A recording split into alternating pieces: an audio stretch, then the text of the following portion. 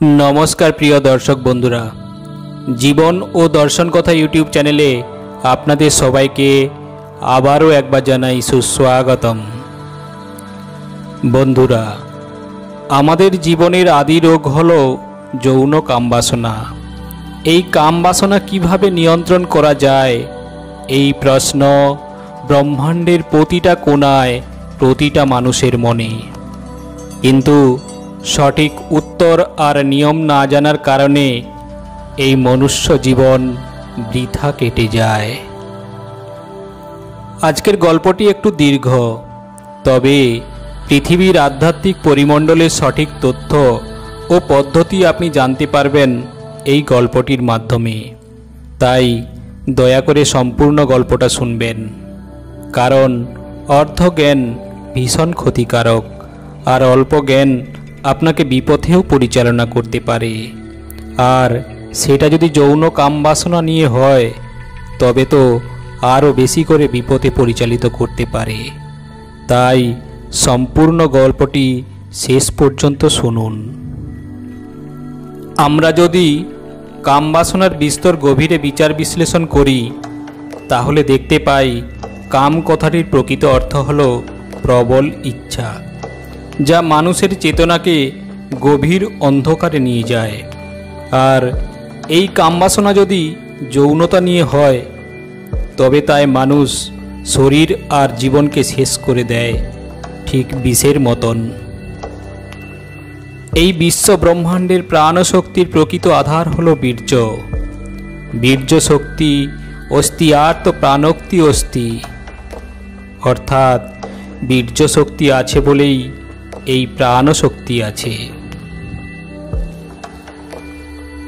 বন্ধুরা, একটা প্রশ্ন আপনার আমাদের সবার মনে আসে। এই পৃথিবীর সকল মুনি ঋষি যোগী সাধু সন্ত মহাপুরুষেরা সাধু হওয়ার পরে যখন বোধি লাভ করেন, যখন প্রজ্ঞাবান হন, যখন ব্রহ্মচারী হয়ে যান, তখন কি তারা নপুংসক হয়ে যান? না হলে কিভাবে সম্ভব হয় এই শরীর ও মনের তীব্র কামবাসনা একেবারে নিজের নিয়ন্ত্রণে নিয়ে আসা? আমাদের মনে প্রশ্ন আসে, কিভাবে তিনারা এই পৃথিবীর আদি রোগ তীব্র কামবাসনা থেকে মুক্তি পায়? নিশ্চয়ই এতক্ষণে আপনাদের মনে আরও একটি প্রশ্ন এসেছে। যৌনতা আমাদের শরীরে যদি একটি স্বাভাবিক বিষয় হয়, এই কামবাসনা যদি পাপ হয়, তাহলে আমাদের এই শরীর যিনি বানিয়েছেন সেই ঈশ্বর মহাপাপী। কারণ পাপ কর্ম যে সৃষ্টি করে সেও তো পাপী। তাহলে কেন এই যৌন কামবাসনা নিয়ন্ত্রণ করব আমরা? কেন ব্রহ্মচর্য পালন করব আমরা? কেন আমরা শরীরে বীর্য রক্ষা করব? এ সম্বন্ধে মহাত্মা গৌতম বুদ্ধ তার শিষ্যদের উপদেশ দেওয়ার সময় অনেকবার বলেছেন, কামে সুমিচ্ছাকারা ভেরা মানে শিক্ষা পদাম সমাধি আমি, অর্থাৎ কামাতুর বিষয়ে অন্যায় কাজ থেকে বিরত থাকার প্রশিক্ষণ গ্রহণ করুন। আমরা একটা পূর্ব শরীর দিয়ে জন্মগ্রহণ করেছি। এই শরীরে তো যৌন কামবাসনা থাকবে, এটাই স্বাভাবিক। কাম কোনো অপ্রাকৃতিক স্বভাব নয়, কিন্তু যৌন কাজের প্রভাবে নিজেকে সেই রিপুর কাছে সমর্পণ করা, অনিয়ন্ত্রিত কাম কল্পনা আর একাধিক সঙ্গী বা সঙ্গিনীর সাথে যৌন সম্পর্কে লিপ্ত হওয়া ও শরীর থেকে বীর্যক্ষরণ করা মহাপাপ। এই কর্মের ফলে মানুষ নিজেকে কোনোদিন জানতে পারে না, নিজের প্রাণ শক্তিকে কোনোদিন জাগ্রত করতে পারে না, আধ্যাত্মিক চেতনার প্রাথমিক স্তরেও পৌঁছাতে পারে না। অলস, ক্লান্ত, রোগগ্রস্ত হয়ে অভিশপ্ত জীবন কাটায়। তোমরা একবার বজ্রযান কুণ্ডলী প্রতিদিন অনুশীলন করো, যার দ্বারা এই মন যৌন কামবাসনা থেকে মুক্তি পাবে। অটুট ও অখণ্ড ব্রহ্মচর্য পালন করতে পারবে। মনুষ্য জীবনে ধ্যান মার্গে ব্রহ্মচর্য অত্যন্ত প্রয়োজন। অষ্টাঙ্গিক যোগের প্রথম মার্গ হল জমাধি পালন। ব্রহ্মচর্য ছাড়া মন একাগ্র করা সম্ভব না। মহাত্মা বুদ্ধের এই নীতি আদর্শ আজও সমস্ত সন্ন্যাসীরা মেনে চলে। তারা মনে প্রাণে বিশ্বাস করেন যে এক ফোঁটা বীর্য নষ্ট বুদ্ধ হত্যার সমতুল্য। একদা গৌতম বুদ্ধের সভায় নিকাম্বে নামে এক যুবক বুদ্ধকে প্রণাম জানিয়ে সামনে বসল। বুদ্ধের প্রবচন দেওয়া শেষ হলে উপস্থিত সকল বৌদ্ধ ভিক্ষু ও নগরবাসীরা একে একে সবাই চলে গেল। কিন্তু মহাত্মা বুদ্ধ দেখলেন সবাই চলে গেলেও এক তরুণ যুবক সামনের আসনে তখনও বসে আছে। মহাত্মা বুদ্ধ ভীষণ স্নেহের সাথে বললেন, হে তরুণ, তুমি কি কিছু বলতে চাও? যুবকটি পুনরায় বুদ্ধকে প্রণাম জানিয়ে বলল, হে মহান বুদ্ধ, শুনেছি আপনি সত্যিকারের জ্ঞানী ও প্রজ্ঞাবান একজন। আমি আপনার কাছে এসেছি একটি বড় সমস্যা নিয়ে। আমি সংসারে থাকি, আমি ব্রহ্মচারী হতে চাই। কয়েক বছর যাবৎ ব্রহ্মচর্যর অনুশীলন করেছি, কিন্তু কাম বাসনার কাছে আমি হেরে যাই মাঝে মাঝে। আমার কল্পনায় কেন জানি না নগ্ন রমণীর শরীর চলে আসে।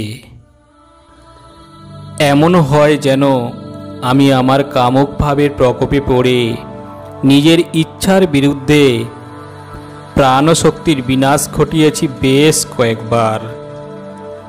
হে গুরুদেব, আপনি আমাকে মার্গদর্শন করান। আমি এই যৌন কামবাসনা থেকে মুক্তি পেতে চাই, সত্যিকারের বীর্যবান হতে চাই, সম্পূর্ণরূপে ব্রহ্মচারী হতে চাই। মহাত্মা গৌতম বুদ্ধ মৃদু হেসে বললেন, ও হে তরুণ যুবক, তুমি আগে তোমার নিজের মনকে ব্রহ্মচারী করো, বাকিটা সব নিজে নিজেই হয়ে যাবে। যুবকটি বলল, গুরুদেব, আমি বুঝলাম না। মহাত্মা বুদ্ধ বললেন, তুমি আগামীকাল সকালে এসো, আমি তোমাকে তোমার প্রশ্নের কাছে পাঠাবো। তোমার উত্তর সেখানে অপেক্ষা করছে। যুবকটি কিছু না বুঝেই বুদ্ধকে প্রণাম জানিয়ে বিদায় নিল। পরের দিন সকালে যুবকটি এসে বুদ্ধের সম্মুখে দাঁড়ালো। বুদ্ধ মৃদু হেসে বললেন, তুমি এখান থেকে সোজা উত্তর দিকে গেলে গুড়াঙ্গনী নগর পাবে। সেখানে গেলে প্রথমে পতিতাপল্লী আছে। সেখানে তুমি আজকের দিনটা থাকবে। আশা করি সেখানে তোমার উত্তর পেয়ে যাবে।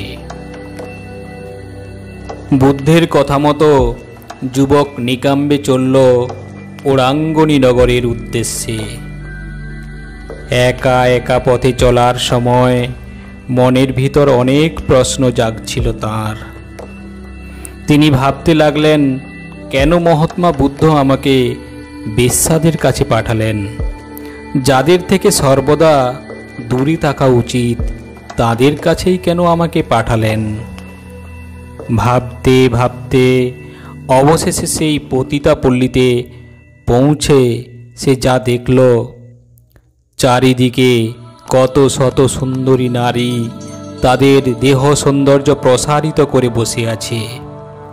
সে দেখল বিভিন্ন বয়সের ছেলেরা তাদের সাথে দেখা করছে এবং তাদের কুটিরে প্রবেশ করছে। নিকাম্বে ঘুরে ঘুরে দেখতে লাগলো সেই পতিতাপল্লী জীবন, এবং এই সব দেখে তার নিজেকে খুব চঞ্চল লাগছিল। নিজের অজান্তেই চোখ চলে যাচ্ছিল পতিতাদের শরীরী ইশারা আর চাহনির দিকে। কিছুতেই বুঝে উঠতে পারছিলেন না তার প্রশ্নের উত্তর কোথায় পাবে? এমন সময় সামনের একজন বয়স্কা মহিলা তার দিকে হাত বাড়িয়ে বলল, আমি সারাদিন কিছু খাইনি, আমাকে কিছু সাহায্য দেবে বাবা? নিকাম্বে অপ্রস্তুত হয়ে পড়ল, কারণ সাহায্য করার মতো তার কাছে কিছুই নাই। তার পুটলি থেকে অবশিষ্ট কিছু খাবার সে সামনের মহিলাকে দিয়ে বলল, আমার কাছে সামান্য এইটুকুই খাবার আছে, আপনি দয়া করে গ্রহণ করুন। নিকাম্বে সেই বয়স্কা মহিলাকে জিজ্ঞাসা করল, আপনি এখানে কেন? অন্য কোনো গ্রামে গিয়েও তো ভিক্ষা করতে পারেন। নিকাম্বের কথায় উত্তরে বয়স্কা মহিলা বলল, আমার বয়স হয়েছে ভাই, তাই অন্য কোথাও যেতে পারি না। আর আমি এই পতিতাপল্লীরই একজন। এখন আমার বয়স হয়েছে, এখন আমার রূপ যৌবন নাই, তাই অথর্ব শরীরে এখানেই পড়ে থাকি। তিনি নিকাম্বেকে বলল, এই খাবারটুকুর জন্য ধন্যবাদ বাবা। নিকাম্বে সেখানে আর না দাঁড়িয়ে থেকে সোজা রওনা দিল বুদ্ধের উদ্দেশ্যে। সন্ধ্যার প্রবচন সভার শেষে বুদ্ধকে প্রণাম জানিয়ে সামনে এসে বসল সে। মহাত্মা বুদ্ধ খুব শান্তভাবে বললেন, হে যুবক, তোমার প্রশ্নের উত্তর পেয়েছ? নিকাম্বে বলল, হ্যাঁ গুরুদেব, আমি আজ জেনেছি এই কামবাসনা সবটাই এক নির্দিষ্ট সময়ে এই শরীরে থাকে এবং সময়ের সাথে চলে যায়। আমি বুঝেছি কামের আকাঙ্ক্ষা সৃষ্টি হয় আমাদের দৃষ্টি থেকে, তাই চোখকে লাগাম দেওয়া উচিত। মহাত্মা বুদ্ধ অনেকক্ষণ পর মৃদু হেসে বললেন, তোমার উপলব্ধি সম্পূর্ণ ভুল। বললেন, তবে কি দৃষ্টিহীন মানুষের কাম আকাঙ্ক্ষা থাকে না? নিকাম্বে মাথা নিচু করে দাঁড়িয়ে থাকল। মহাত্মা বুদ্ধ বললেন, আগামীকাল সকালে আবারও তুমি পতিতাপল্লীতেই যাও, সেখানেই তোমার উত্তর আছে। পরের দিন সকালেই নিকাম্বে রওনা দিল সেই পতিতাপল্লীর উদ্দেশ্যে। দুপুরে সেখানে পৌঁছালো। সে সূর্যের প্রখর তাপে গলা শুকিয়ে গিয়েছে তার। একটু জলের জন্য এদিকে ওদিকে ঘুরতে লাগলো। চারিদিকে সুন্দরী বেশ্যা রমণী দাঁড়িয়ে আছে, কিন্তু জল কোথায়? অবশেষে সে দেখতে পেল একটি কুটিরের সামনে কয়েকটি ভর্তি জলের কলসি। নিকাম্বে সেই কলসির দিকে এগিয়ে যেতেই সেই কুটির থেকে বেরিয়ে এলো একজন অতি সুন্দরী মহিলা। নিকাম্বে বলল, মা, আমাকে একটু জল দেবেন? প্রখর রোদে গলা শুকিয়ে কাঠ হয়ে গিয়েছে। মহিলাটি পরম স্নেহের সাথে একটু জল ও কয়েক টুকরো ফল নিয়ে এলো। জল খেয়ে নিকাম্বে বলল, আপনাকে ধন্যবাদ মা। মহিলাটি নিকাম্বেকে বলল, এই প্রথম কেউ আমাকে মা বলে ডাকলো। আমি পেশায় একজন বেশ্যা, তাই সকল মানুষ খুবই অবহেলায় আমাকে সম্বোধন করে। দয়া করে তুমি আরও একবার আমাকে মা বলে ডাকো। নিকাম্বে দেখল মেয়েটি খুবই আবেগের সাথে তার দিকে এক দৃষ্টিতে তাকিয়ে আছে। তার চোখ থেকে মায়াবী জল গড়িয়ে পড়ছে। নিকাম্বে আবারও একবার বলল, মা। মহিলাটি এখন পরম স্নেহের সাথে নিকাম্বেকে জড়িয়ে ধরে আদর করতে করতে বলল, এই প্রখর রোদে তুমি এখানে কি করছো বাবা? নিকাম্বে বলল, মা, এখানে আমাকে মহাত্মা বুদ্ধ পাঠিয়েছেন আমার মনের কিছু প্রশ্নের উত্তর পাবো বলে। মহিলাটি বলল, কি সেই প্রশ্ন? নিকাম্বে খুব শান্তভাবে বলল, আমি উত্তর পেয়ে গেছি মা। নিকাম্বে এবারে মহিলাটির পা ছুঁয়ে প্রণাম করে বলল, মা, আমি আসি। আমি বুঝে গিয়েছি ভগবান বুদ্ধ হয়তো আপনার কাছেই আমাকে পাঠিয়েছিলেন। নিকাম্বে নিজেও বুঝতে পারল মাতৃপরশে কেন তার চোখেও জল চলে এলো। সন্ধ্যায় ধম্ম প্রবচনের সভায় মহাত্মা বুদ্ধকে প্রণাম জানিয়ে নিকাম্বে বুদ্ধের সামনে বসল। মহাত্মা বুদ্ধ বলল, প্রিয় নিকাম্বে, তুমি তোমার উত্তর পেয়েছ?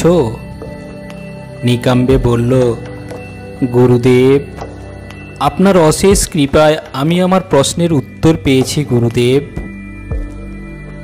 আমি আজ বুঝেছি আমাদের যৌন কামবাসনা নিয়ন্ত্রণ করে আমাদের এই শরীর নয়, নিয়ন্ত্রণ করে আমাদের মন। আমি যদি আমার এই মনকে ব্রহ্মচারী করতে পারি তবে অবশ্যই আমার কামবাসনা থেকে আমি মুক্তি পাব আর অটুট বীর্যবান হয়ে উঠব। মহাত্মা বুদ্ধ চোখ বন্ধ করে নিকাম্বের কথা শুনছিলেন। বুদ্ধ বললেন, প্রিয় নিকাম্বে, আজ তোমার উপলব্ধি একদম ঠিক। আমরা মনুষ্য জাতি ভ্রান্ত ধারণায় কামবাসনাকে নিয়ন্ত্রণ করতে চাই, ব্রহ্মচারী হতে চাই। এই দুনিয়ায় আধ্যাত্মিক শক্তির পরে যদি কোনো শক্তি থাকে তা হলো কাম শক্তি। তাই এই শক্তির সাথে লড়াই করতে যাওয়া একদম অযথার্থ।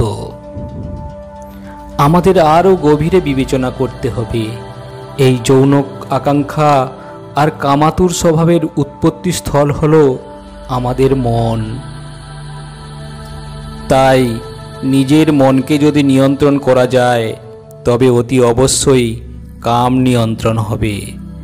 আর কাম নিয়ন্ত্রণ মানেই সদা বীর্যবান, আর সদা বীর্যবান মানেই আজীবন ব্রহ্মচর্য। নিকাম্বে অতি বিনম্র স্বরে বলল, গুরুদেব, এই মনকে নিয়ন্ত্রণ করার সঠিক মার্গ আমায় বলুন গুরুদেব। মহাত্মা বুদ্ধ বললেন, মনকে আমরা নিয়ন্ত্রণ করতে পারি না, বরং কিছু অনুশীলন করতে পারি যার দ্বারা মন স্বাভাবিকভাবে আপনা থেকেই নিয়ন্ত্রণ হয়ে যায়। বজ্রযান কুণ্ডলিনী অনুশীলন করো।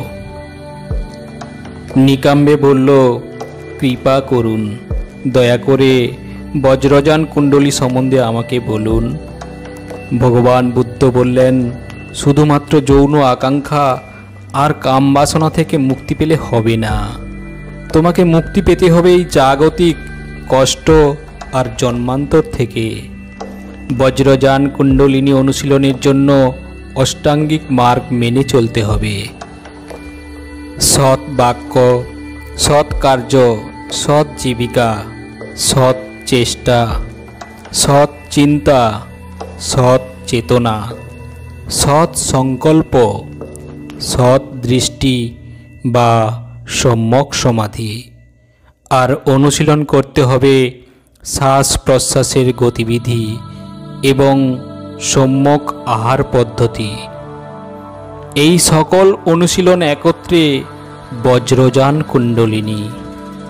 আর এই সকল অনুশীলনের মাধ্যমে যে কেউ সহজেই ধ্যান মার্গে পৌঁছাতে পারে। সেখানে কোনো কাম বাসনা নাই, সেখানে কোনো দুঃখ নাই, সেখানে কোনো জন্ম মৃত্যু নাই। আছে শুধু এই প্রাণশক্তি, প্রেমের পরশ, শান্তি। নিকাম্বে গৌতম বুদ্ধকে প্রণাম জানিয়ে বলল, হে গুরুদেব, আমার আজ নতুন জন্ম হলো। দয়া করে আপনার পদতলে আমাকে একটু স্থান দিন। আমি ধ্যান মার্গে বিচরণ করতে চাই। প্রিয় বন্ধুরা, আরেকটি তথ্য জেনে রাখুন। পরবর্তী সময়ে এই যুবক নিকাম্বে পরম ধ্যান মার্গে বিচরণ করে পরবর্তীকালে বৌদ্ধ সংঘের অন্যতম ভান্তে ভিক্ষুক হয়ে উঠলেন। বৌদ্ধ তার নাম রেখেছিলেন ধম্ম নিকাম্বে ভান্তে, যার দ্বারা দক্ষিণ চীনের লক্ষ লক্ষ মানুষ তাদের জীবনের সঠিক দিশা পেয়ে পরম শান্তিতে জীবনযাপন করছিল। ধাম্ম নিকাম্বে ভান্তে চীন দেশের প্রসিদ্ধ বৌদ্ধ ভিক্ষু হিসাবে আজও চর্চিত। বন্ধুরা, আজকের এই গল্প থেকে আপনি কি কিছু শিক্ষা গ্রহণ করলেন তা অবশ্যই কমেন্টস করে জানাবেন। আর যদি নতুন হয়ে থাকেন তাহলে জীবন ও দর্শন কথা চ্যানেলটি সাবস্ক্রাইব করে সঙ্গে থাকুন পরবর্তী এই ধরনের শিক্ষামূলক ভিডিও দেখার জন্য। অবশ্যই ভিডিওটা শেয়ার করে আত্মীয় বন্ধুদের দেখার সুযোগ করে দেবেন। আবার আসবো পরের ভিডিও নিয়ে। ততক্ষণ ভালো থাকবেন, সুস্থ থাকবেন। নমস্কার।